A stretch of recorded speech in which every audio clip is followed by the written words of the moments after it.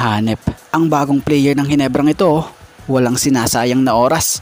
Nagpasikat agad sa mga taga-barangay, present sa ensayo. So yan nga ang dapat nyong makita kung paano at gaano kasipag si RJ Abarientos. Sa ensayo pa lang yan paano pa kaya kung sa regular game na? Pero syempre, bago natin talakayin yan, shoutout ko muna itong mga laging nagpapa-shoutout at nanonood dito sa ating channel na sila Efren Katimpo, Eduardo Monsales, Scout Ranger, Ronald Berbosidad, and Juan Solige. So ito yung player na masipag talaga at walang sinasayang na oras kung tutuusin.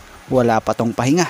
Kung natatandaan nyo naglaro ito sa kakatapos lamang na 43rd William Jones Cup para sa team ng SGA na bitbit ang karangalan ng Pilipinas na kung saan sila ang nagkampyon. So literal na mukhang pagdating pa lang yata diretso na agad ito sa practice ng Hinebra na kung saan sa nilabas na video clip na ito, credit po sa mismong may-ari ng video na to, pahiram po lang saglit.